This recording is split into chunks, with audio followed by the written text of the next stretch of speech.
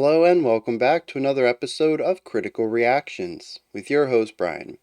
We're going to wrap up today with a special selection, which is where one of you tell me exactly what it is I need to check out. Today's comes at us from TS. It says, I like your stuff and have put a bunch of comments in your recent videos regarding progressive metal in the 90s. It's only fair if you've had to read my ramblings that I support your channel. So as a request, let's go with Watchtower, Control and Resistance, track 1. So this is interesting because we actually listened to Mayday in Kiev, I think is what it was called, 2 weeks ago on a live stream. So I was recently introduced to this group, and I kind of know that we're in for some proggy heavy metal.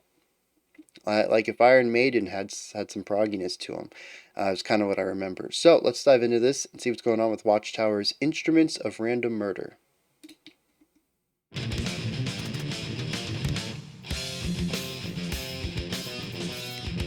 Yeah, that bass still.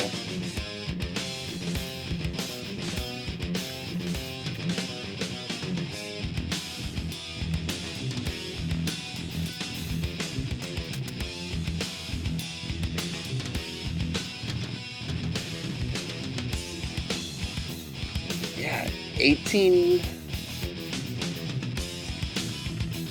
Assuming that this is the beat, 18 beat phrases.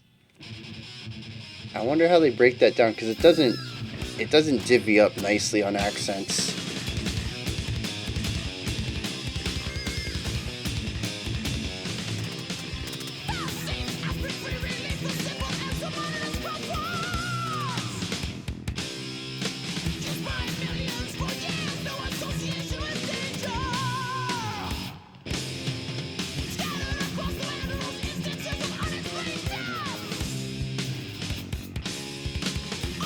Might blow your mind, but we're actually doing 4 bars of 4/4. You can't get more standard than this.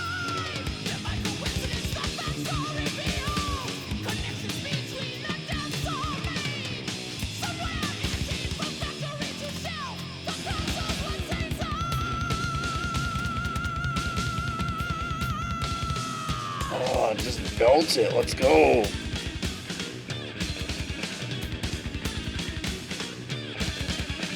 Really interesting rhythmic cadence.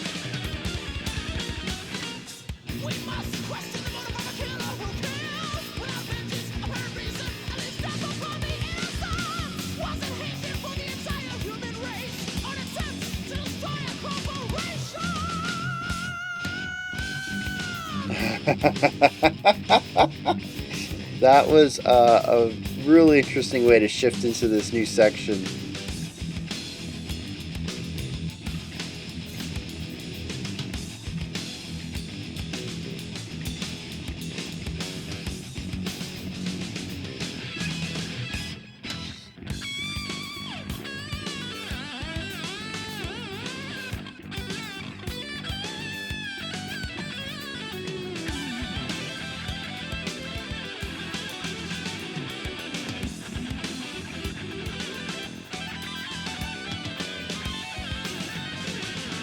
Oh, nice little Baroque idea in that descending line.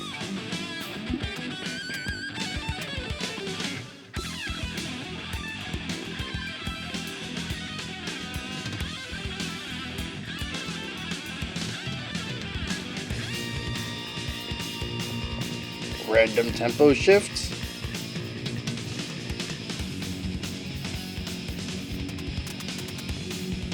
Oh.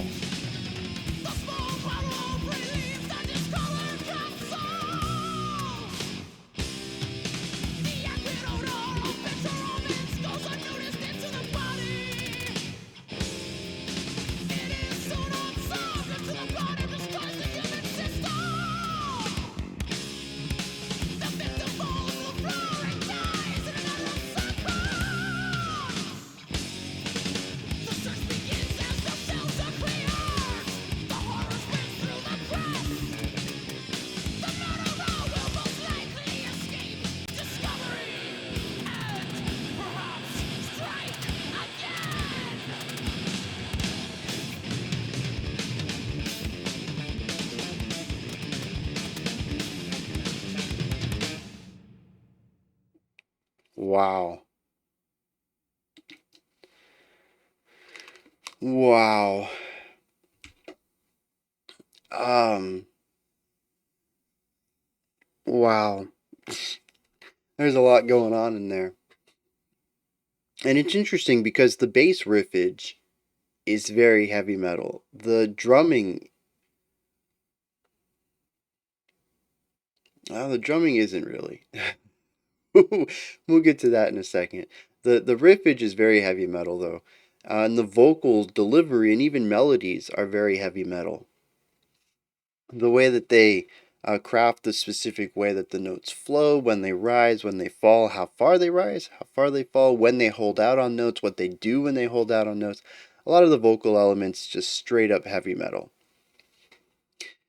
And like I said, the guitar work, the bass riff, right? When you get rid of all of the more technical proggy elements and you just look at some of the core riffs, especially when we're in the more standard 4/4 sections, you could mistake those for, a lot of bands doing similar heavy metal stuff in the 80s and 90s.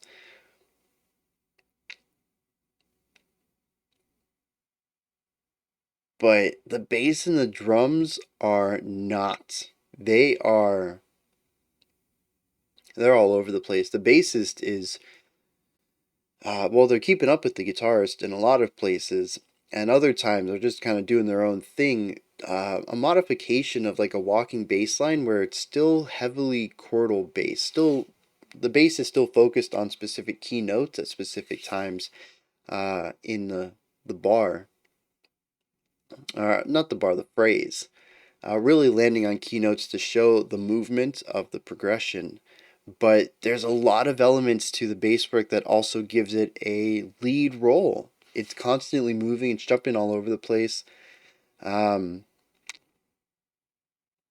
and so there might have been other bassists in heavy metal doing something similar, but overall, when I think of heavy metal, I think of pedal tones. I think of the bassist. This is, I don't know if this is where the origin of the idea came from, but the bassist not doing anything, right? This joke about bassists being replaceable and stuff like that. I kind of view this era as having that idea about bassists because the bass really didn't do a lot of heavy lifting in a lot of heavy metal, but we see a lot of it here. The bass does so much work. In fact, when we get to the guitar solo, the bass is holding everything down. We have the drummer keeping the momentum and tempo and rhythm, but the bass is what's keeping everything else of the foundation together so that the guitarist can solo over it. And that, listening to the bass there, you can hear exactly what the bass is doing in pretty much all these situations, which is somehow simultaneously rhythm guitar, the chordal lead, and counterpoint all at the same time. And the tone of the bass is something I remember talking about when we checked out Mayday for Kiev. Is that what it was called? Um, the bass tone is just massive. It is a fat bass tone, and I love it. It comes in, it punches through the sound. It says, "Hey, I'm here. Listen to what I'm doing." And I'm a huge fan of any time that the bass does that. Um, the drums, though, on the other hand, do something a little different where we do hear them playing. Well, I said that that they couldn't be confused with other heavy metal at the time, but I think it's kind of mishmashed where half of each phrase is pretty standard.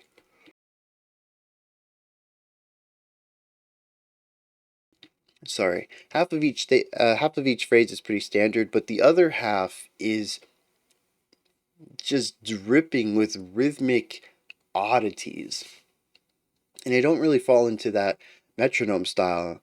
They kind of just do whatever feels right at the time, which oftentimes lines up with what the other two instruments are doing because this kind of ebb and flow works throughout the entire track for all the instruments aside from the vocals.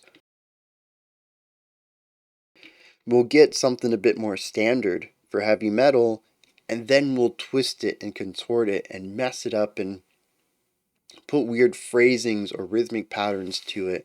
Maybe we'll extend the bar by a beat or so. Um, and that'll give us an opportunity to make it different, to make it odd. And then we'll switch back to something pretty standard, and then we'll prog it up, and then standard, and then prog. And that's kind of how a lot of this track is based on, especially when we get to the verse. And, I mentioned, believe it or not, we're doing 4 bar phrases of 4/4. But it was like completely bonkers. And that's why we had 2 bars of pretty standard riffage and then 2 bars of eclectic phrasing, rhythmic phrasing, and it makes it difficult to follow. And I think the drums even cut out for like 75% of a bar. So it just gets really difficult to follow. But if you keep with the beat, you'll notice that we got 16 beats here, and that they do divvy up pretty nicely into these chunks of 4. But it's because of all the oddities. The first half feels fine, the second half is difficult to follow. And that's a pattern that they seem to employ throughout a lot of this, other than the intro, which is just constant mind bogglingness. The accent pattern is all over the place. I think we're working with 18 beats anyways, which we could divvy up into 6 and 3 somehow. 3 bars of 6 or 6 bars of 3. 6 bars of 3/4 would probably be better, but like I said, the phrasing doesn't match that at all. So I don't know. It's a weird section, but other than that, a lot of this stuff generally takes place in 4/4 with just really harsh, aggressive rhythmic cadences that push against the 4/4. And that's where a lot of the song gets its more intriguing elements, is in the latter half of ideas.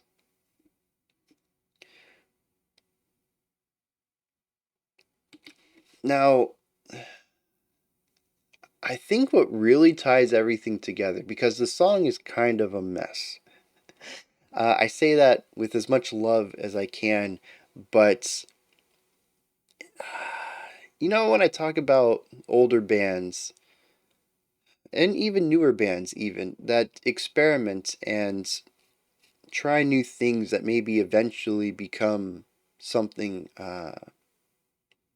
fairly mainstream, we assign a genre to it, it makes it, so to speak. The earlier stuff can feel a bit rough because they were the ones who went out on a limb and risked their cred experimenting and pushing the boundaries, knowing that not everyone was going to love it. It would take time for what they did to reach people's ears who did love it and refine it down and iterate on it until it becomes a little less rough around the edges. It becomes smooth and palatable, and then that genre tends to take on more fans. That's the general ebb and flow of uh, innovation, at least in music. And I think this is one of those situations where it's extremely experimental. It's trying a bunch of new things, and it doesn't quite have a way to bring it all together in a meaningful way, which oddly enough, is not something that needed to be smoothened down over the years. This type of eclectic, over mathy type of, I say over math subjectively over mathy um, type of writing is still prevalent in prog. In fact, we can see this taken to the next level in stuff like Dillinger Escape Plan, Between the Buried and Me. A lot of prog metal has gone in this direction. And I don't think it's any coincidence that most of that stuff doesn't quite work for me for the same reasons that this doesn't. And I have a difficult time feeling a cohesion between all of these separate musical ideas. Even when we look at phrases themselves, the standard riffs feel all right, and they kind of transition well into the more wild metric stuff, but the wild metric stuff never really feels like it has a place. It doesn't feel like it augments the music, it feels like it's there to be proggy. Um, and is that a good thing? Is it a bad thing? As usual, it's subjective. If you enjoy it, it's good. If you don't, it's not good. But I don't think you can objectively say, no, that's the wrong way to make music, because I don't believe you can say that about anything. As long as you're making art from your heart, then it's music. Well, even if you're not making art from the heart, it's still music. Corporate music is still music.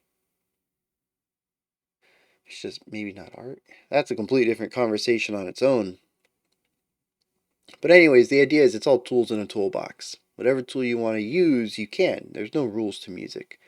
Um, and that's what we kind of end up with here, is a bunch of stuff thrown together that semi works, but overall feels a bit disjointed in a lot of ways. And maybe when we get to the lyrics, it'll make more sense. Maybe lyrically, it's about a disjointedness. It's about a lack of cohesion between multiple things. And so the music perfectly embodies that idea. But at least on a first listen, devoid of the lyrical aspect, I'm sitting here wondering what the song is supposed to be saying aside from the disjointedness, because that's really my big takeaway here is it's driving, it's got energy, it's got a great beat, it's got some nice riffs, but every 5 seconds it falls apart for a couple of bars before it pulls itself back together, and that's not a fun listening experience for me personally.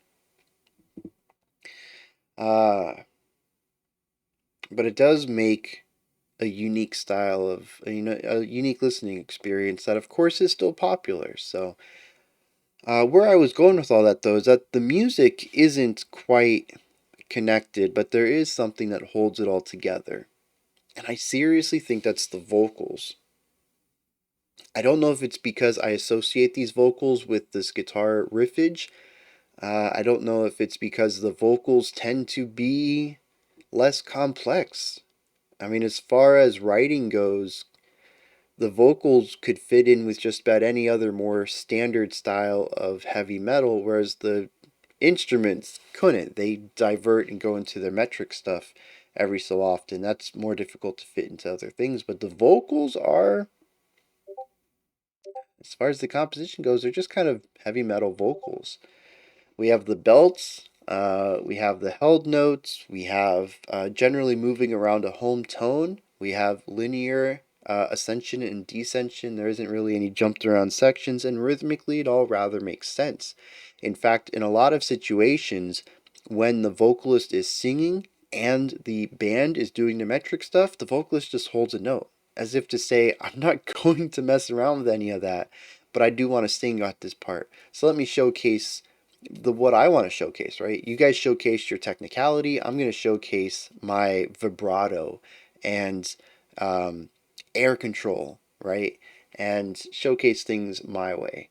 So it is still a technical showcase in a way. It's just a completely different skill set where everybody else is working on metric ideas. This is more of a form. And so the vocals feel very safe, and it provides a center for the rest of the band to return back to, at least for me.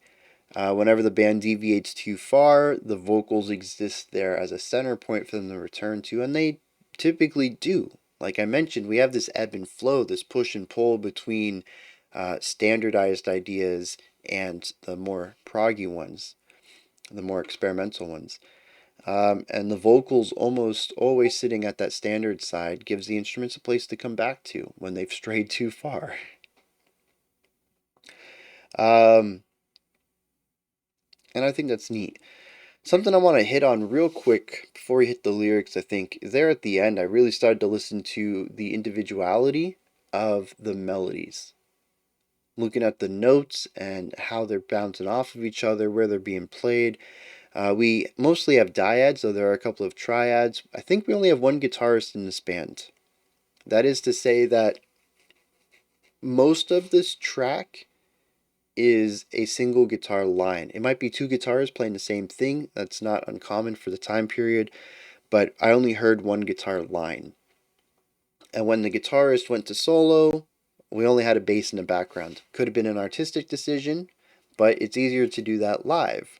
Your guitarist starts doing their solo, there's no other guitar to play backup. So I'm going on the assumption there's only one guitar.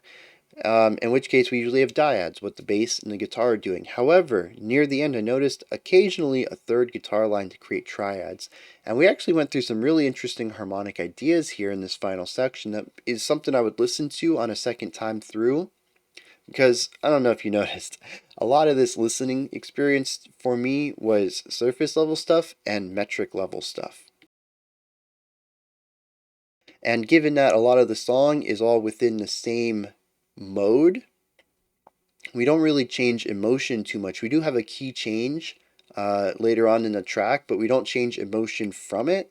So we might change the key, but we're sticking in the same mode of the new key, which gives us the same emotion. So it's emotionally static. It's not dynamic in that regard. And once I picked it up at the beginning, I just never really returned to it. But there at the end, I noticed some harmonic structures that were being added in that were really neat. But like I said, on a second listen, I think I would kind of be like, okay, this is a very metric heavy song, lots of time signature and phrasing ideas going on. Let's ignore it this time though and focus on harmony because that's what I missed on my first listen. But yeah, we had some really neat ideas there at the end that really surprised me. Outside of just the technicality of, the riffs themselves, that they're playing them fast. The bass is also in on a lot of this. There's some really neat harmonic ideas going on too with the three instruments. Well, mostly two, but occasionally three instruments that work really well at crafting neat melodic lines over the atmosphere that we have.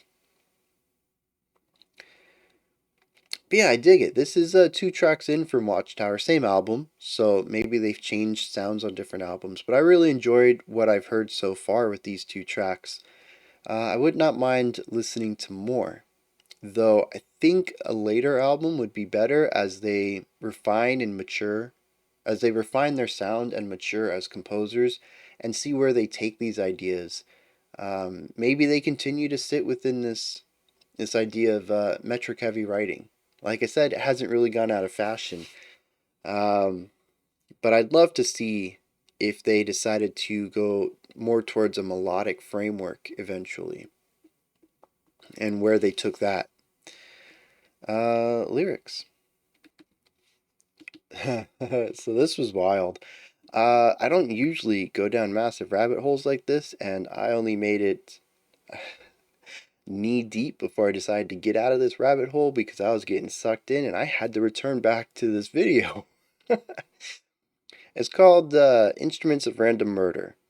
It is a song about the 1982 Tylenol murders. Um, the song doesn't have a chorus, which I don't think I caught on to in my my reaction of it. It is fully linear, which really makes me think about the guitar solo now. Kind of makes me think about the music as a whole. Anyways, it talks about this step by step, about a bunch of people who died, and no one could explain their deaths. And autopsies revealed the presence of cyanide. And then he started to put pieces together and realized that they all came from a fast, safe, aspirin-free relief, which, as the lyrics, I mean, that's directly taken out of the lyrics. And so somewhere in the chain from factory to shelf, the capsules were tainted, as the lyrics state. And it says, we must question the motive of a killer who kills without vengeance, without apparent reason, and leaves death upon the innocent. Was it hatred for the entire human race, or an attempt to destroy a corporation?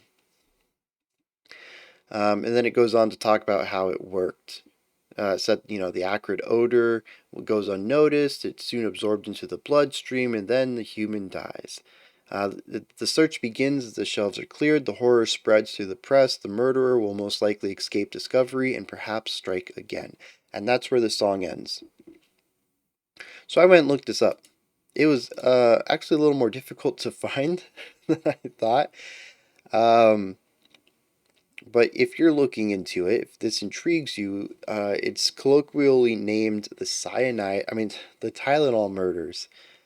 and took place in Chicago. What did I say? Or what did I read? Uh, I can't remember now. And I can't find. This is a huge article, by the way. I've barely touched the surface on this. Um, but yeah, so something happened. Oh, Illinois, Chicago, Illinois. Um, yeah, something happened and people were dying from Tylenol. And so they opened up the plastic pills to see what was inside, and instead of acetaminophen, it was cyanide.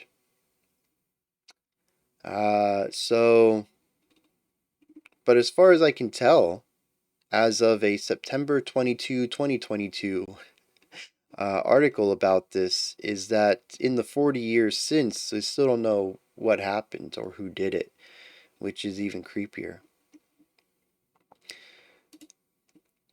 But yeah, so that's what the song is about. And so we have the track title, Instruments of Random Murder. You set this up, you taint a couple of pills, and whoever they kill is whoever they kill. It's random. And there's a lot of questions about who would do that. Part of it is, we got to find the killer, right? How did this happen? There's a lot of mystery around that as well. But I think Watchtower definitely asks the right question. We must question the motive of a killer who kills without vengeance or even reason. They didn't know who was going to die from this, but they did it anyways.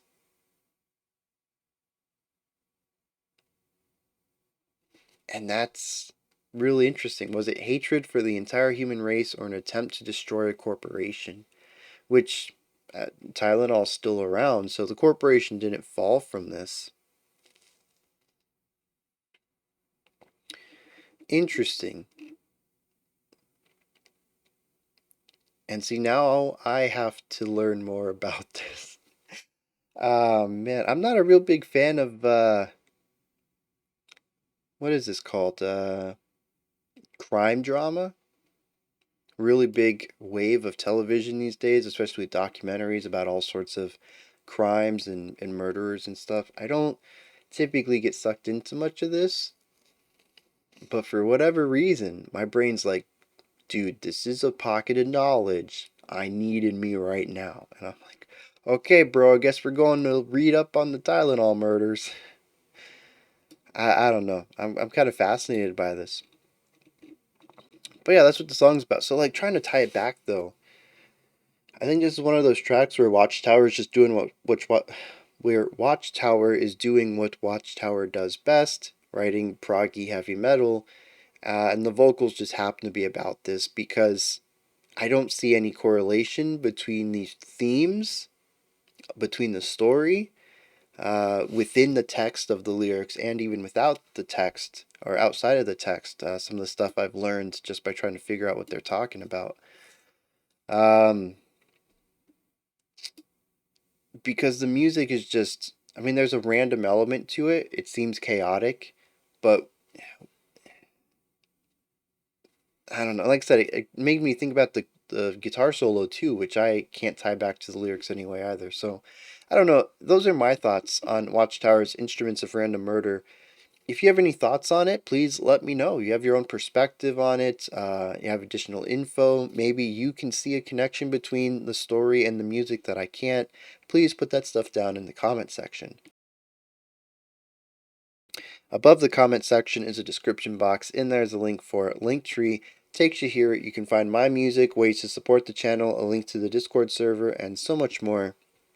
Above that, if you could, like, subscribe, and ring the bell. My allergies are... It has been a task this week trying to get these videos out because... man, it's only one nostril, too. It's the strangest thing. It's really annoying. That's why there's been so many pauses. I don't know if you've noticed this week. I've been pausing. There's what do they call them? Smash cuts, where I'll just be talking about one thing and then bam, I'm in the next thing. It's less live feeling. That's why my allergies are killing me, and I've got to like step aside and get some water and stop. Anyways, I'm gonna be done rambling here. Let's finish this up. I'll be back tomorrow, 5 p.m. Eastern Standard Time, 9 p.m. UTC as usual. Um, and no, I won't. Yes, I will. I'm lost track. Today's Thursday. I'll be back tomorrow. We're gonna wrap up this week's theme. We're gonna check out our last special selection and a creator request. Alright, until next time, remember to be critical, not cynical with the music you listen to, and have a fantastic morning, afternoon, or evening whenever you choose to watch my videos.